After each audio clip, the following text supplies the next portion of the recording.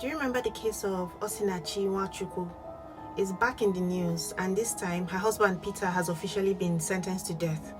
If you haven't heard about this heartbreaking story before, don't worry, I'll tell you everything you need to know.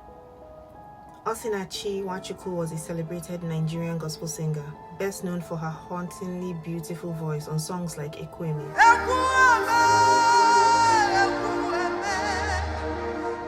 She was a twin, a mother of 4, and a devoted Christian.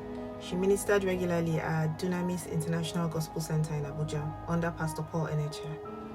To the public, she looked like the perfect example of a blessed, God-fearing woman, successful, married, raising her children.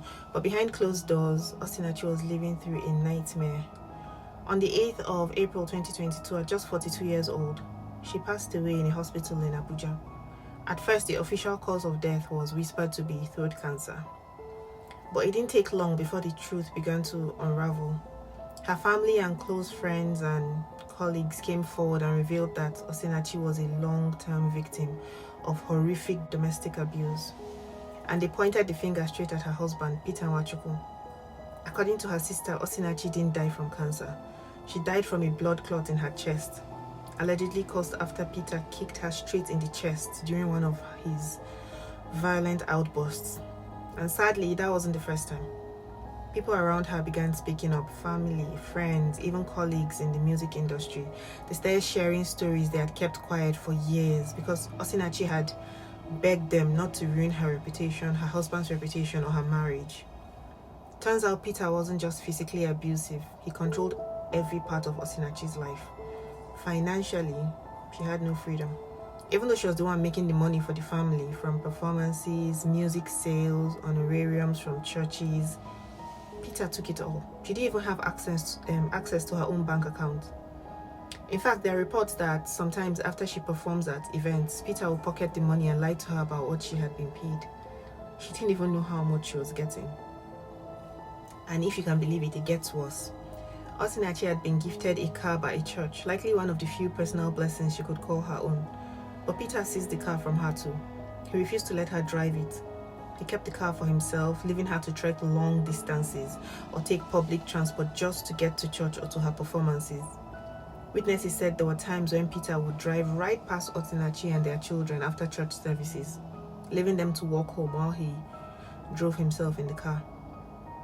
There was even a time that he allegedly pushed her out of the car at night and forced her to find her own way home.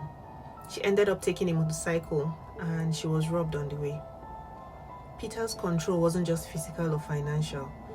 It was emotional and psychological too. He had complete control of this woman.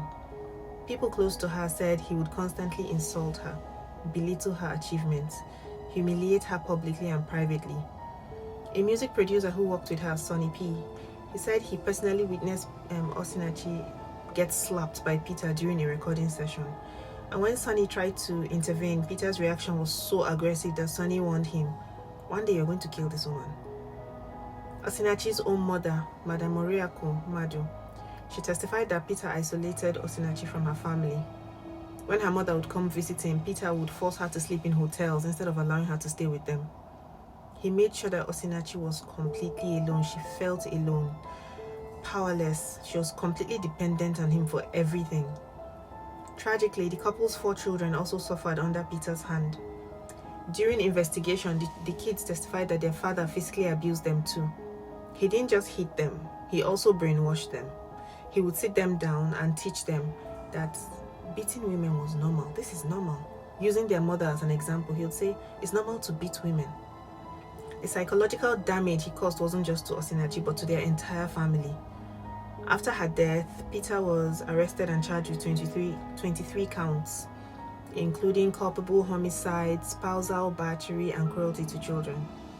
2 of their children even testified in court, and after 3 years of legal battles, on April 28th of this year, justice finally caught up with him. The Federal Capital Territory High Court in Abuja found Peter guilty of killing Osinachi, and he was sentenced to death by hanging, alongside additional prison sentences and fines for the other charges.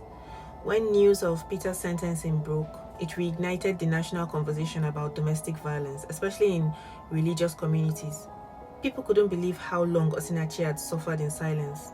How many people had seen the signs but felt powerless to intervene.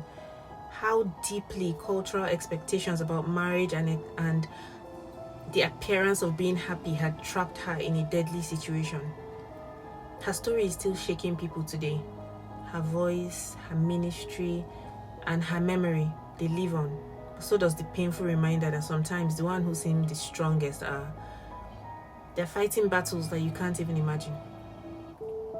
And if nothing else, her case forced Nigeria to confront some ugly truths about domestic violence and the urgent need to protect the vulnerable, no matter who or where they are.